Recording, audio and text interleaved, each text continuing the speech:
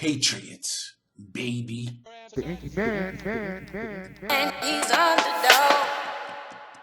And he's on the door. It is real. And he's on the door. And he's on the door. Hold your ears, folks. It's showtime.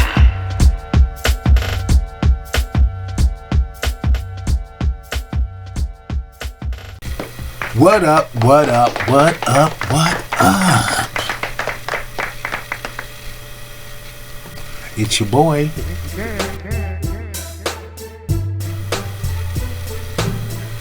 What it do? Happy hump day. Hump day. So, we're going to continue on this series of the 7 universal laws. And this one today is going to be the law of attraction, also known as the law of manifestation. So I'm reading this book. For those of you who haven't been tuned in, and it breaks down the different the 7 universal laws, and I'm pretty much just recapping what I think it means after I read a passage from it. So before I get into that, if you're familiar with the book The Secret, that's what this is about. If you're familiar with the book Think and Grow Rich, and you read that book, that's what this is about. It's the same thing. This is the principle. And the thing that's unique about it is that there are a lot of books on this, and what they do is they have this as the foundation without completely addressing that this is the foundation. Okay, so it is something that works. You know, when you look at the book, there's a movie as well as the book. I read the book, then I looked at the movie, The Secret, only to find out that that's what this was about. And some people had mastered the law so heavy and so tight that there was this one guy that says whenever he goes to a store like a mall or a big, a spot where there's a lot of parking, he wills his way to the front. He will have a parking space at the front every time he goes to a big store because his mastery of The Secret. So how true is that? I don't know. We're going to get into the book and you break it down for yourself. I actually believe that it is something that works because of some of the other things that I talked about and things that I have seen.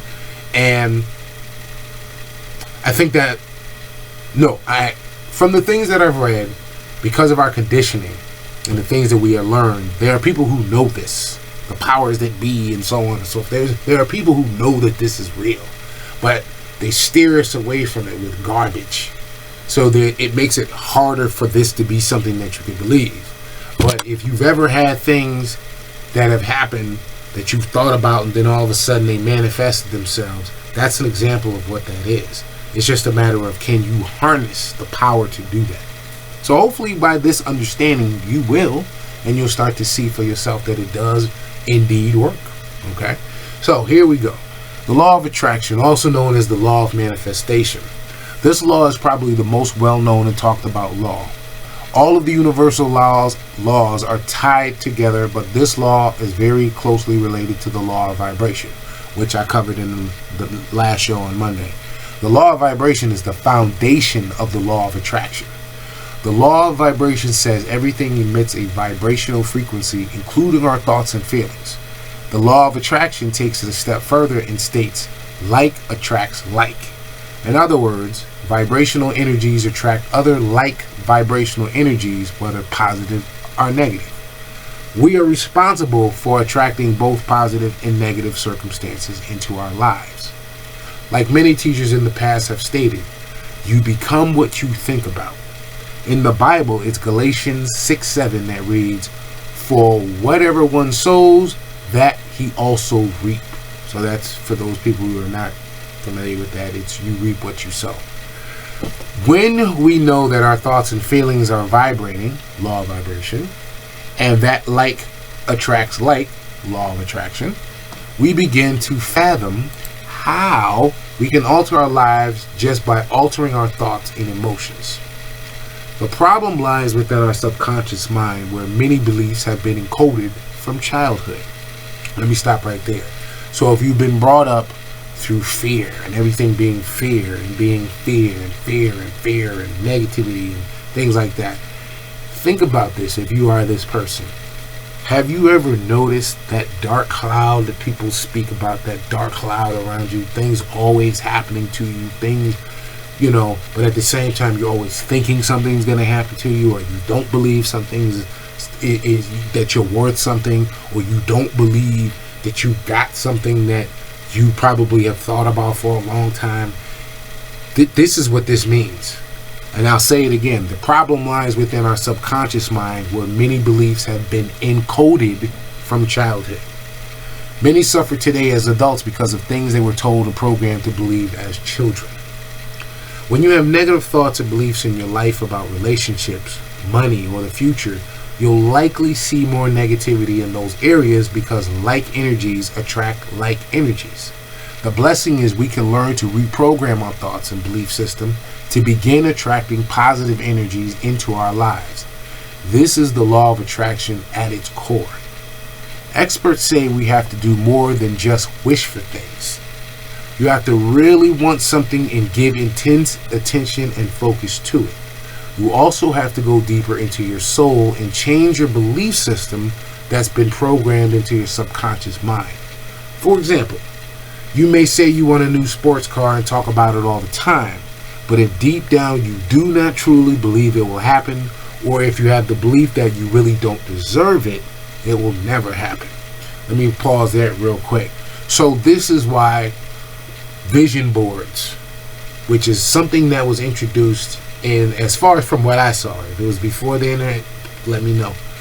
In the book The Secret, they talk about vision boards. And what vision boards are pretty much some poster board, and you have pictures of things you want, a house, a specific car, and they have to be specific. That's the thing.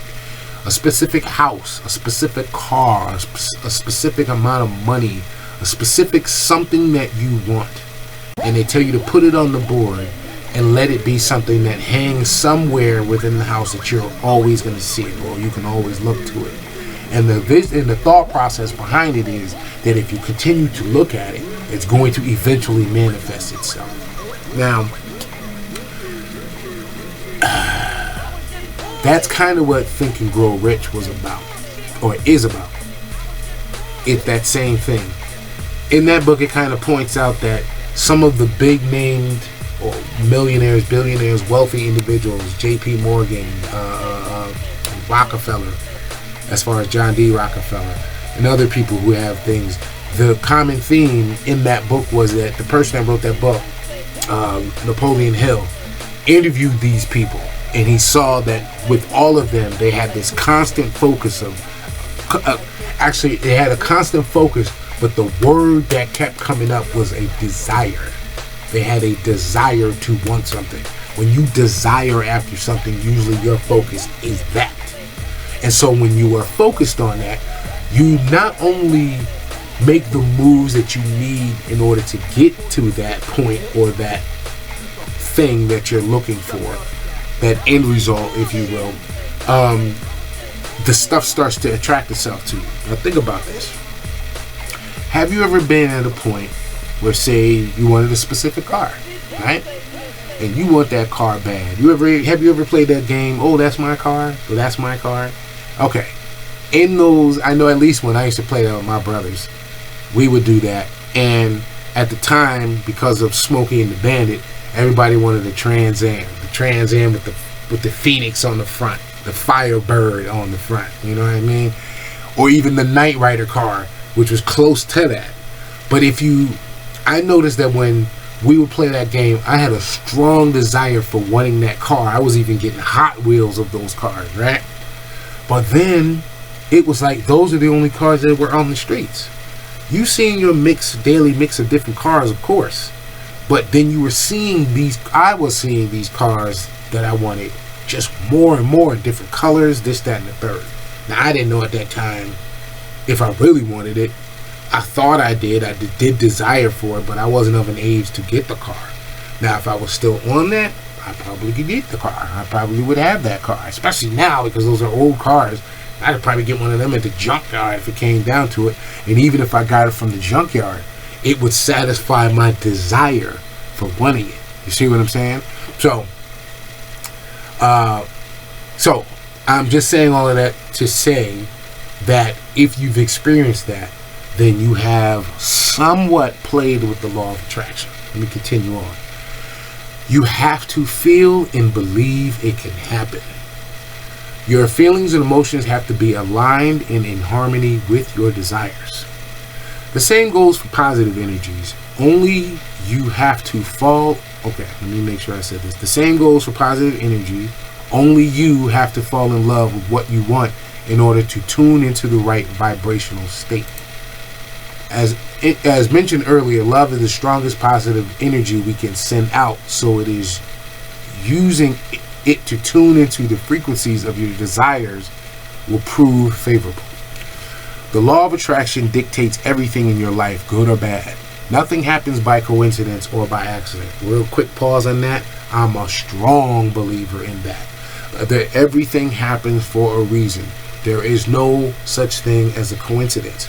Then at the same time, I'm the type of person that I saw a book or I seen something about how we mispronounce words that are actually right in our face. They're right when you look at them.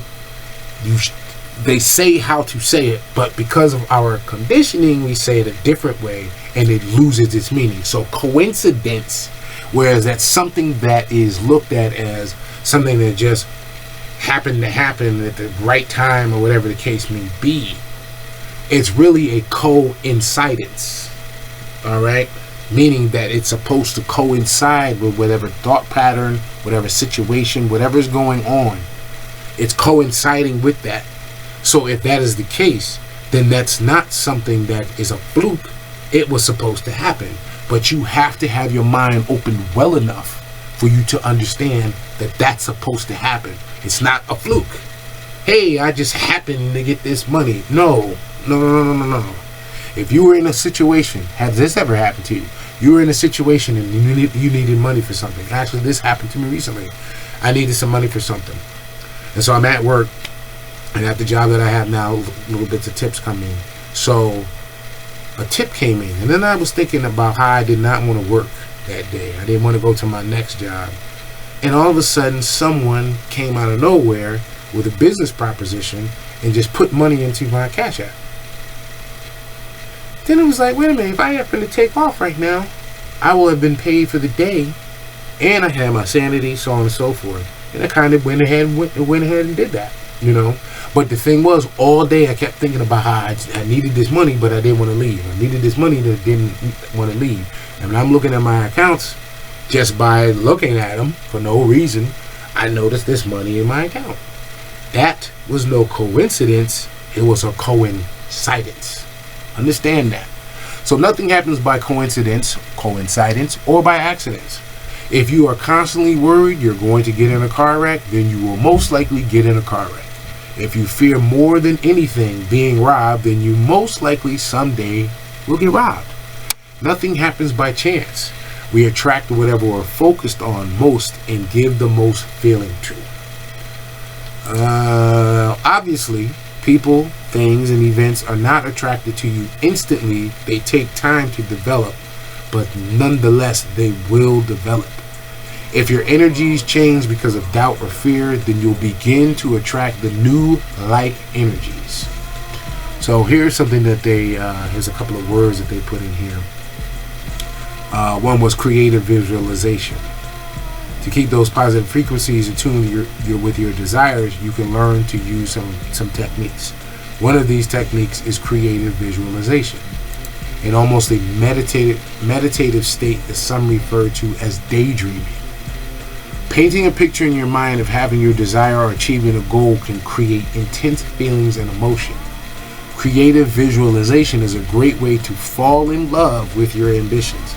Picturing yourself already achieving what it is you want to achieve will radiate intense vibrational frequencies that will help attract like energies. This will help an ambition manifest much faster. Sending out those frequencies will begin to shift the universal energies necessary to move the people, things, and events towards you that will be necessary to see an ambition through. It's important to note that when you desire something and begin to tune your dial into its energies, you must not concern yourself with how it's going to happen. That isn't your concern. Not like that. I like that, because that is definitely true. And I'll say why. Because here's the thing. So say, for example, you want you want something, right? And you start to worry, think about how are you going to get it. Well, this is where your mind starts to go into the negative space, because your conditioning already put you to a point where it's saying, no, you can't get it. There's no way you can get it. Don't even try to get it. And that's where the negative things start to come in. That's where the desire starts to get lost, because whereas you were all gung-ho about whatever it is that you wanted or you needed, when you were thinking of that, you were in a happy space. You were in a positive space. You were putting out positive vibrations, positive energy. But the moment you start to think about, well, how am I going to get this? Then the negativity comes in. So let me say it again. It's important to note that when you desire something and begin to tune your dial into its energies, you must not concern yourself with how it's going to happen. That isn't your concern. Let the universal energies around you work that out. Do not try to interfere. In other words, stay out of your own way. Using positive affirmations is another technique used in the law of attraction. Is affirmation in the form of eternal thoughts or spoken words. You can use affirmations to reflect your vision of the things you desire. Now, affirmations would be little notes on the wall. You are the greatest. You are a superstar. You are going to have a great day. I know you have heard of that technique. You had to. If you don't practice it, you've seen other people do it. There's actually a character on Saturday Night Live who does that as a joke, but it's a real thing. This technique helps shape or reshape your core beliefs and ambitions. Repeating, affirming words daily will promote consistent optimism into your focused energy, which will help radiate the right vibrations through your true feelings and emotions. Keep a list of positive affirmations handy and read them often. And that's it. That's it. Now, I just want you to know that the things that I'm reading are highlighted pieces out of what I'm reading. So, if you were to get this book, you would see the things that I'm talking about, but you would also see other paragraphs and stuff that I didn't bring up. So, that covers the law of attraction. I know it was a bit long, but this is the one that everybody's familiar with. And so, if you are going to practice that after hearing what I'm saying and you are going to play with it, please listen to this over and over again and practice what it is. And I would love to know if it works for you. All right? Or if at least it works a little bit. I would love to just know what your results are. If you've done it before, let's talk about it. If you're going to do it now, let's talk about it. Other than that, happy Hump Day. Hump Day. Later. In life, you have some people going around and disrespecting the elders. In life, you have some people going around disrespecting other people who step up in a life. All the people in front of you know say not dead for hunger, but I'm seeing another here right now. Everybody, every man and woman. I hear you, lad. The big brother's watching. And you're gonna do it because I said so. I am your father.